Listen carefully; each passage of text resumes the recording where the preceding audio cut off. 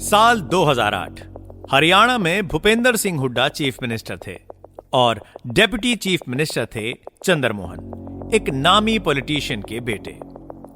राजनीति में दांव पेच बहुत देखे सुने होंगे आपने, लेकिन यह कहानी राजनीति के दांव पेच की नहीं। यह कहानी है एक मर्डर की। वो मर्डर जो कि एक लव स्टोरी में हुआ।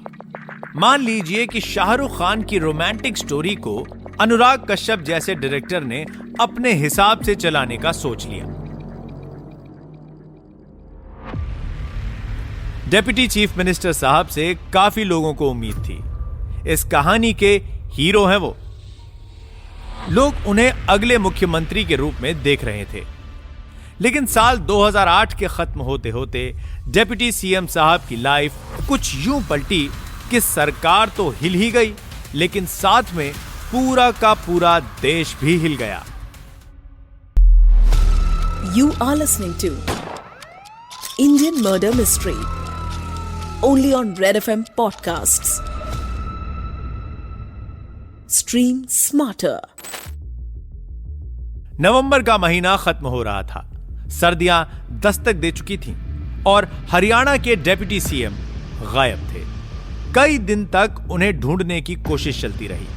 सरकार पहले इस बात को छुपाती रही, लेकिन जब पुलिस ने दूर दूर सर्च शुरू की तो मीडिया के सामने यह बात आई कि हरियाणा प्रदेश के डेप्यूटी सीएम गायब हैं। किडनैपिंग का एंगल खोजा जा रहा था, दुश्मनों की लिस्ट बनाई जा रही थी, लेकिन पुलिस के हाथ कोई लीड नहीं थी। कई दिन तक सर्च जारी रही, पर डेप्यूटी सीएम साहब नहीं मिले। फिर दिसंबर महीने में एक दिन चंद्र मोहन जी मीडिया के सामने आते हैं। वो बताते हैं कि मैं अपनी पिछले दिनों की गैरहाजिरी के बारे में आपको बताना चाहता हूं। मैंने अपना धर्म बदल लिया है। मैं अब चांद मोहम्मद हूं, चंद्र मोहन नहीं। यह सच है कि मेरी इससे पहले एक बीवी है जिनका नाम है सीमा बिश्नोई और मेरे 2 बच्चे भी हैं, लेकिन मुझे अनुराधा बाली से प्यार है और इसीलिए हम दोनों ने अपना धर्म बदल लिया है और अब अनुराधा बाली का नाम फिजा है। वो भी मुझसे प्यार करती हैं और यह कदम हमने प्यार में ही उठाया है।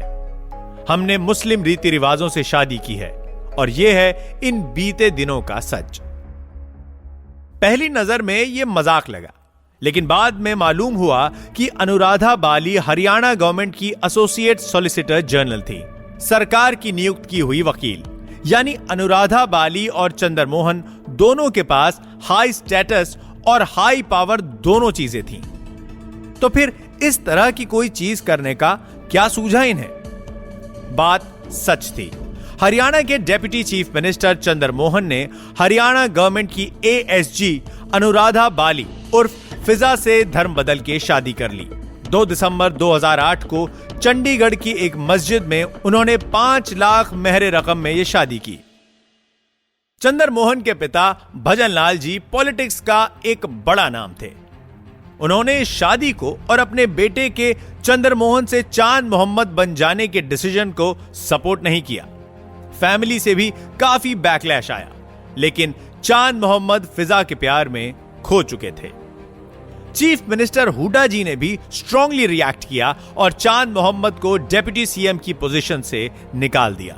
मीडिया ने जब इसके बाद चांद मोहम्मद से सवाल किए तो उन्होंने कहा कि यह डिसीजन मैंने प्यार के लिए लिया है और प्यार के लिए मैं ऐसी कई कुर्सियों को कुर्बान कर सकता हूं।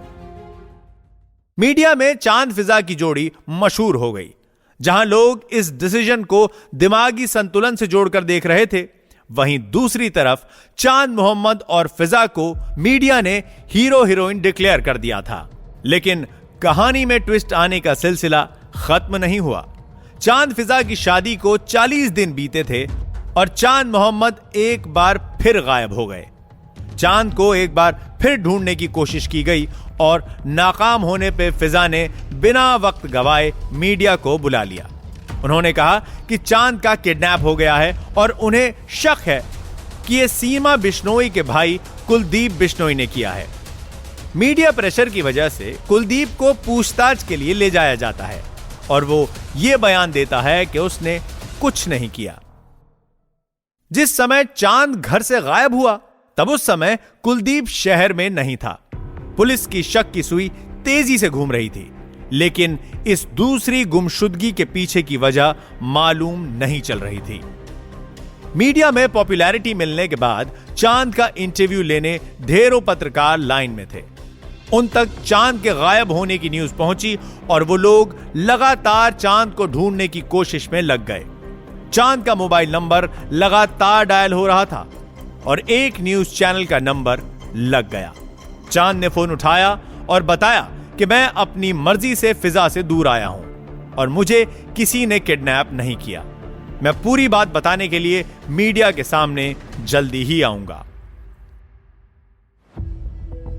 कुछ दिन बाद सुबह के समय राजघाट पे पुलिस की एक टीम को चांद उर्फ चंदर मोहन जी नजर आए। वहां यूं ही टहलते हुए उनका मिलना एक बड़ी अजीब बात थी। दरियागंज पुलिस स्टेशन में उन्हें ले जाया गया और उनसे स्टेटमेंट लेके उन्हें छोड़ दिया गया।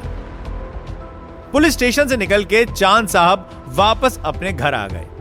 फिजा के घर नहीं, बल्कि अपने पुराने घर, अपनी पत्नी सीमा और अपने 2 बच्चों के पास। कुछ दिन बाद मालूम हुआ कि उन्होंने फिजा को फोन पे SMS के जरिए 3 बार तलाक तलाक तलाक लिख दिया और अपना तलाक मीडिया में अनाउंस कर दिया। मीडिया में मामला खूब उछला। फिजा ने कई तरह के बयान दिए, लेकिन इस केस में असली ट्विस्ट तब आया जब फिजा की लाश सड़ती हुई पाई गई। कहां मिली ये लाश और क्या थी इस लाश के पीछे की कहानी, बताऊंगा आपको अगले एपिसोड में। इंडियन मर्डर मिस्ट्री का ये एपिसोड आपको कैसा लगा हमें बताइए @redfm पॉडकास्ट के इंस्टाग्राम पे या फिर मेरे Insta handle RJ Tushar redfm पर। आप हमें मेल भी कर सकते हैं podcast@redfm.in पर। मिलता हूं आपसे अगले एपिसोड में। You were listening to Red Podcast Indian Murder Mystery. Written by Dhruv Law. Audio designed by Ayush Mehra. Creative Director Dhruv Law. Send your feedback and suggestions right to us at podcast@redfm.in.